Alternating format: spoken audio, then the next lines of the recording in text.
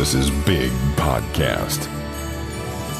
All right, David with you for a special holiday edition of Build a Big Podcast. This is the marketing podcast for podcasters. I'm talking about growing your podcast, getting more people to your podcast, making a podcast that makes you money, making a podcast that you're proud of. This episode, it's a little bit different than what I normally do. I'm actually doing some different things as far as recording episodes this month. The last few episodes, I've been using what I call a $158 studio. Same here, but this is truly a $158 studio in that I'm recording directly into Audacity. Previously, I was using Adobe Audition for the software, which is, $35 a month if you pay month to month, $22 a month if you want the annual contract. Not a huge deal, but I want you to know that, there's free software. You can sound pretty good with it. So that's what I'm doing. This episode, I've got something a little special, maybe a little laid back. I want you to keep this in mind if you're doing your podcast. And that is, not everybody's going to like what you do. I was reading something from SiriusXM. I've been doing some stuff with them, and this is interesting. They posted something about one of their jocks on social media. I don't know this guy. I've heard the stream, but he looks familiar to me, so I clicked on it. Hundreds and hundreds of comments. I'm going to read you some of them because I think that this is the perfect example that some people are going to love what you do and some people are not going to love what you do. Quick side note about SiriusXM.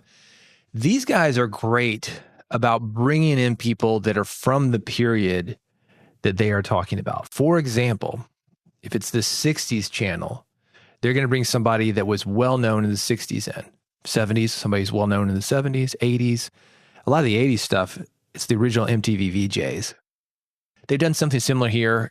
This guy was a musician or is a musician, and some of the comments, they reflect that. Somebody says, never heard of his bands, but I know he likes to brag a lot. I can't take listening to him. I change the channel when he's on. So she doesn't like him. Me too. He is a bit of a name dropper. That's the third comment. He does, LOL. If name dropping was an Olympic sport, he'd be a multiple gold medalist. Now I'm curious. It is Christmas. This comment's appropriate. 1000%. Jesus, I'm sick of hearing his name dropping and repeating the same old stories. His gets old quick. The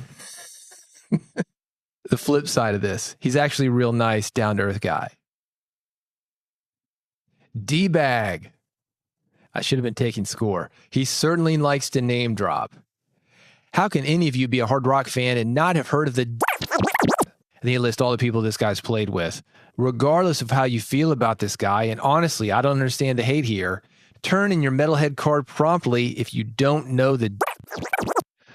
I guess they're still talking about name dropping. Yes, he does, and tells the same stories over and over. He has a couple of phrases he uses over and over. Better late than pregnant, brother from another mother, and soiree. They need a woman to replace him. All men on that channel. Well, that's interesting. That talks about diversity. And if you think you're being diverse, you might want to ask different people, because I think it's easy for us to get trapped in our own worlds and think that we're covering something, or think that we're being diverse, or think that we're even being open-minded to something. Your listeners are going to let you know if you ask them, and sometimes even if you don't ask them. This photo that got my attention, he's a good-looking guy. And somebody says this, he's not what I pictured from his voice. He looks a lot better, LOL. Good to put a face with a name and a voice. No matter how many times I see him, I still don't think he looks like he sounds. Positive comment. He's my absolute favorite. Great on-air personality and full of information. Next guy says, he's my favorite too. Whatever your opinion of this man is based on his job, just know that he is an extremely kind and wonderful person. I've had the privilege of calling my friend, and I'm lucky to be able to do so. I actually love it when he's on the radio. His stories are entertaining for me. Merry Christmas to all. Absolutely not what I expected him to look like. This dude makes up stories every day.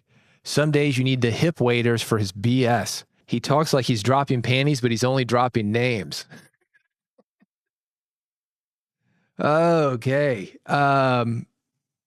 Rock and roll brother of another mother. So this must be one of his phrases. My fave, name dropper, annoying. You can hear the trends. Some people love him. Some people hate him. He's got phrases that he uses. Some people like that. Some people don't.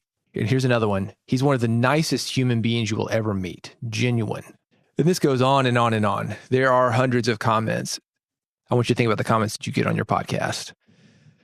Most people are more likely to leave comments or reviews when something goes wrong. Fewer people are going to talk about you when something goes right. They're simply not that motivated. The same thing for clicking on a link. This is why we have clickbait and outrage bait. People are trying to stir an emotion in you. And that's good. We want to stir emotion in our listeners. But I think as listeners, as consumers, we need to be aware that sometimes people manipulate that. Anyway, if somebody doesn't like something, he or she is more likely to leave a review, to leave a response, to get engaged in something. Then on the flip side of that, if somebody likes something, if you're getting bad reviews, if you're getting feedback on your podcast and you're upset about this, you're starting to question yourself, oh, is it really that good? Maybe it's not. Maybe you've got some work to do. But you can see even from these comments, there are patterns that if you didn't have something to balance them out with, you think this guy's the worst guy ever. A bad comment is not necessarily bad. I'm actually curious about what this guy sounds like. I want to turn on this stream on Sirius XM and listen to him. What is so annoying about his voice, or what's so great about his voice?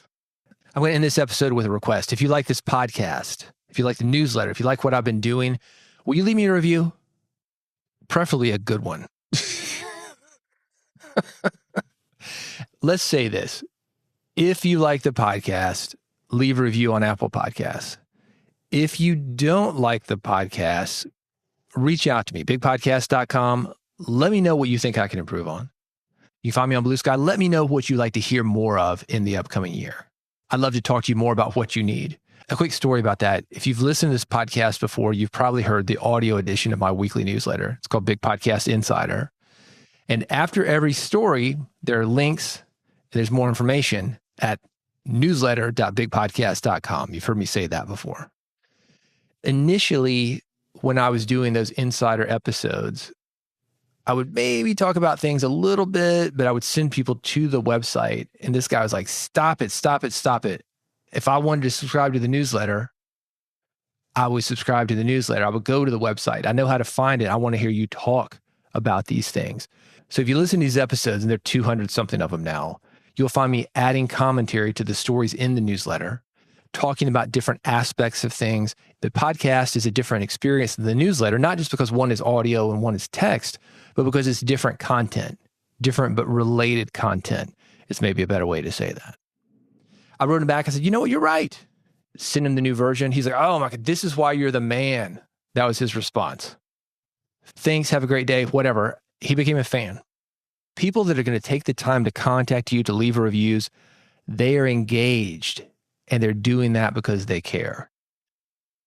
Sometimes they could be more tactful, but still they care.